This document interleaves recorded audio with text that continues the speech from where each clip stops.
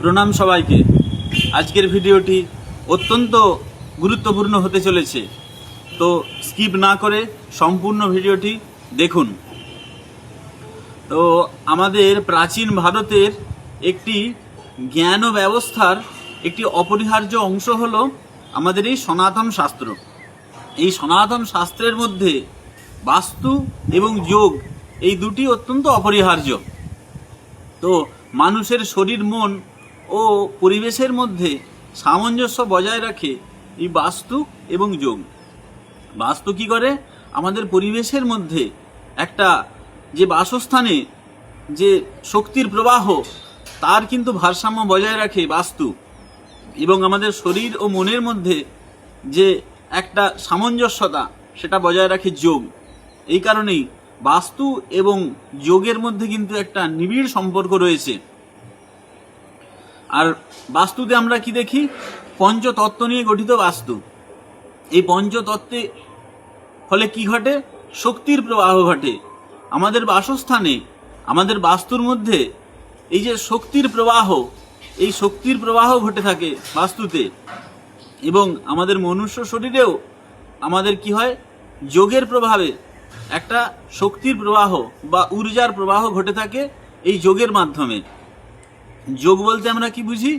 যোগ অর্থাৎ যুক্ত হওয়া, জীবাত্মার সহিত পরমাত্মার যে মিলন, যে যুক্ত হওয়া, সেটাই হচ্ছে যোগ। সেই যোগ কি করছে? আমাদেরকে সেই আধ্যাত্মিক শক্তি দ্বারা আমাদের সেই পরমাত্মার সহিত যে মিলন, তা ঘটাচ্ছে যোগ। একই রকমভাবে আমাদের যে বাসস্থানে বাস্তুও কি করে? আমাদেরকে সেই পরমাত্মার দিকেই আমাদেরকে উন্নীত করে। তো আমরা দেখতে পেলাম বাস্তুতেও কি হচ্ছে? ঊর্জার একটা প্রবাহ চলছে, এবং আমাদের মনুষ্য শরীরেও যোগের প্রভাবে একটা ঊর্জার প্রবাহ বা শক্তির প্রবাহ আমরা পরিলক্ষিত করছি।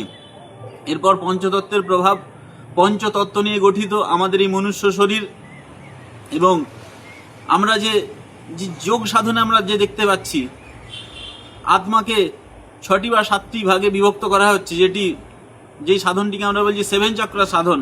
মূলাধার থেকে আজ্ঞা এবং আজ্ঞার পর যে সহস্রার, এই যে 7 চক্র সাধন, সেখানেও আমরা দেখতে পাচ্ছি এই পঞ্চতত্ত্বকে। এবং পঞ্চতত্ত্ব এরপরে আমরা দেখতে পাচ্ছি তত্ত্বাতীত অবস্থা।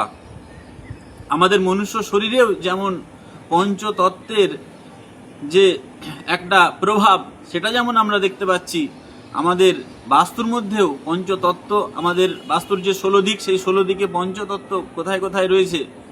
তো সেখান থেকেও আমরা দেখতে পাচ্ছি পঞ্চতত্ত্বের প্রভাব আমরা বাস্তুতেও দেখতে পাচ্ছি। অতএব বাস্তু হলো বহির্জগতে আমরা যেটা দেখতে পাচ্ছি, যেটা ঘটছে, সেটাই বাস্তু। এবং সেই বাস্তুরই একটা ক্ষুদ্র রূপ কোথায় রয়েছে?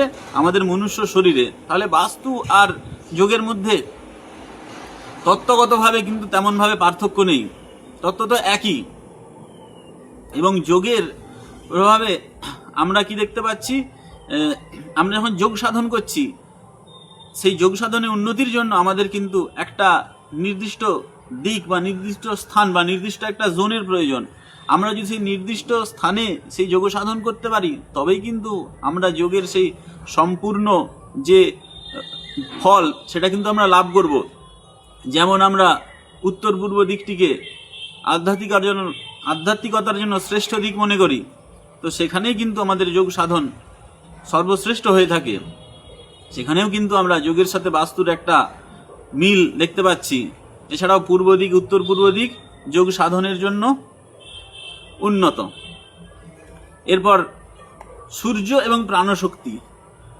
আমরা আমাদের এই বাহ্য জগতে যে সূর্যের যে শক্তি আমরা লাভ করি, সূর্যের যে ঊর্জা আমরা লাভ করে থাকি পূর্ব দিক থেকে, যেটা বাস্তুর পক্ষে অত্যন্ত উপকারী।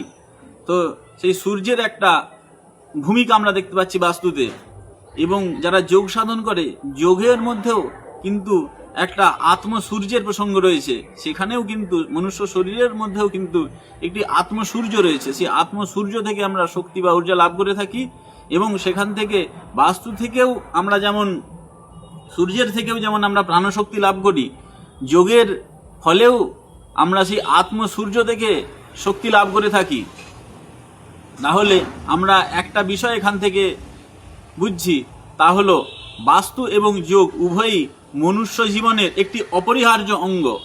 বাস্তু ঘরকে পবিত্র করে, বাস্তু পরিবেশকে পবিত্র করে, বাস্তু আমাদের পারিপার্শ্বিক যে পরিবেশকে আমাদেরকে শুদ্ধ করে, পবিত্র করে বাস্তু। আর যোগ কি করে? আমাদের শরীর মনকে শুদ্ধ করে, অর্থাৎ আমাদের আত্মাকে আলোকিত করে, আমাদের আত্মাকে আলোকিত করে যোগ। যোগ কি করে? আমাদেরকে সেই পরমাত্মার সহিত মিলন ঘটায় যোগ। অতএব যোগ এবং বাস্তুর তত্ত্ব তো তেমনভাবে কিন্তু কোনো তফাৎ নেই। তো এই ছিল আজকের বিষয়বস্তু। এই বিষয়টি থেকে যদি আরও কারো কিছু জানার থাকে তাহলে অবশ্যই ইনবক্স করবেন। আজকের ভিডিওটি এইটুকুই। প্রণাম।